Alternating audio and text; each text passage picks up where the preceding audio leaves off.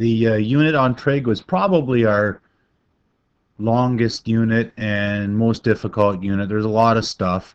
A lot of it was review, right? The special angles, the chart, which of course will be on everyone's formula sheet.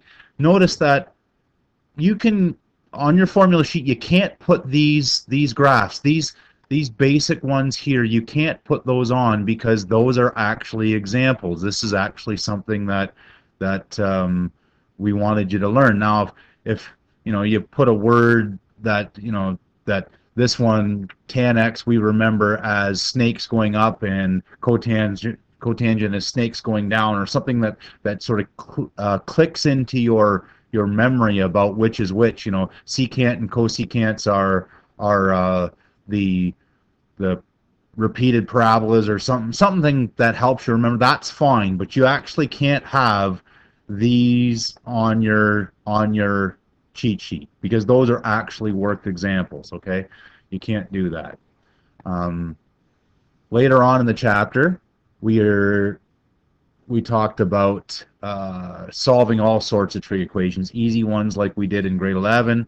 There's one where we had period changes, which were a big pain in the butt, right? The idea of we solved the simpler problem and then went from there. We had the reciprocal ones where we'd have to do the first step, which was, you know, flipping the flipping both sides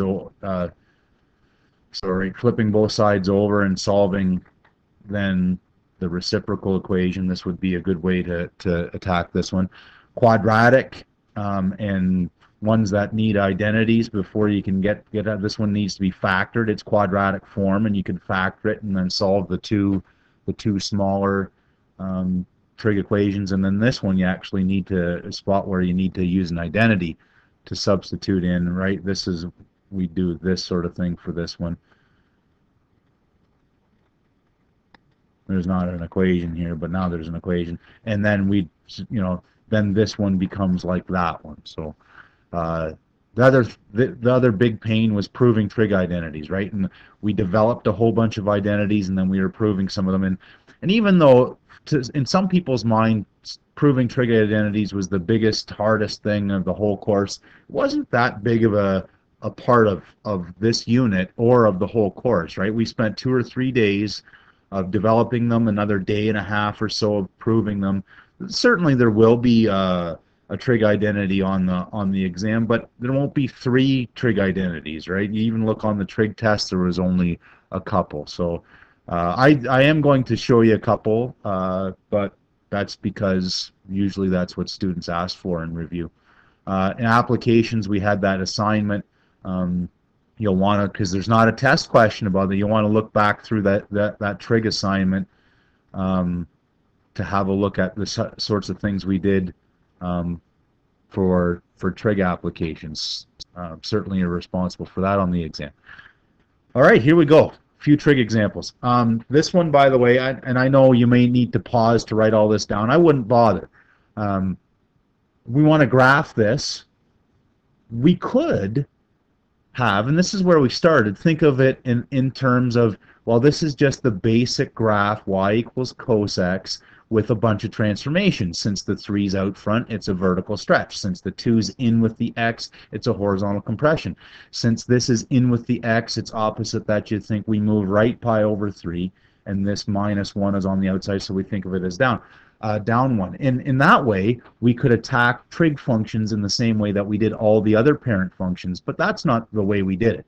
Essentially, because trig functions were this idea of repetition, all we needed to do is figure out where the starting spot is and where to get the next point, and that's how we did these ones. So we sort of tackled it this way, with writing down all the trig properties and then constructing the graph that way. And that's the way I'm going to actually do this. Instead of doing 4 graphs with each transformation, I'm just going to find the starting spot and go from there. So the amplitude is 3, right? That's this number here. The vertical displacement is down 1, right? So that's where our new axis is going to be. Vertical displacement, axis, average, resting spot, that's where all these things mean the same thing. The period, remember, came from this. This is the little b value, right? Little b is 2 here, so the period is 2 pi over little b, or in this case, 2 pi over 2, which is pi, which means that the graph will start repeating itself in this distance from 0 to pi.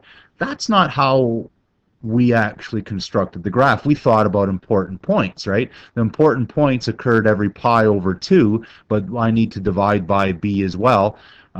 Pi over 2 divided by 2 is actually every pi over 4. But actually, we never even thought of it this way either. Am I going to be able to get... Yeah. Because we sort of stuck to this original scale. It was every 3 ticks was an important point originally, right? 3 ticks is pi over 2. But then if we divide that by b, 3 over 2 is every tick and a half. So every 1.5 ticks, I get an important point. The phase shift is, well, it's actually just right pi over 3, which is 2 ticks.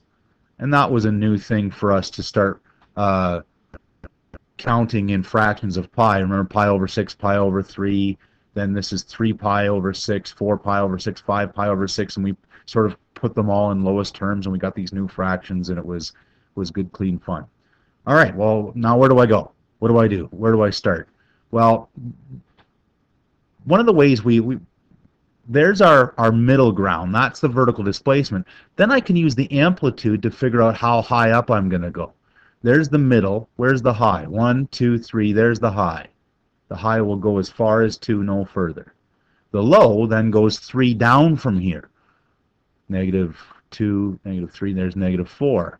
So it's going to be as low as here, middle there, and high there. And it's going to go back and forth between these 3 spots. Now, where do I start?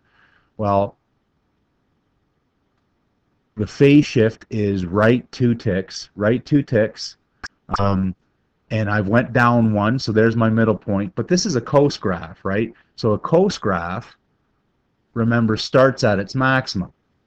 So it starts at its maximum, right 2, starts at its maximum, right there is my starting spot. And I'm going to circle it so that I know where I'm starting, right? Start. And then, instead of worrying about all this other junk, all these other transformations, I'm just going to think about where the next point comes from. Well, the important points don't occur every 3 ticks because of the squish. They occur every 1.5 ticks. So every 1.5, then I'm going to be middle. 1.5 low.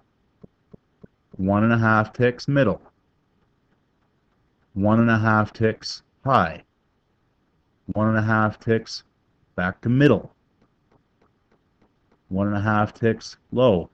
And I'm going to just repeat this until I get to the end, right? 1.5 ticks middle. And then since I'm past 2 pi, I'm good. And when I go this way, since I'm at the maximum here, 1.5 ticks, important point. 1.5 ticks, important point. And then I'm going to carefully as I can, it's hard for me to do this on the smartboard, smooth curve, don't make it look like teeth. And then I should get my graph. And I don't have to show all the steps. All my work was over here. And there's the final. And often this is the way we did the application ones as well, the application graphs. I'm actually going to stop this, and we'll have part 2 of our trig review video coming up very shortly.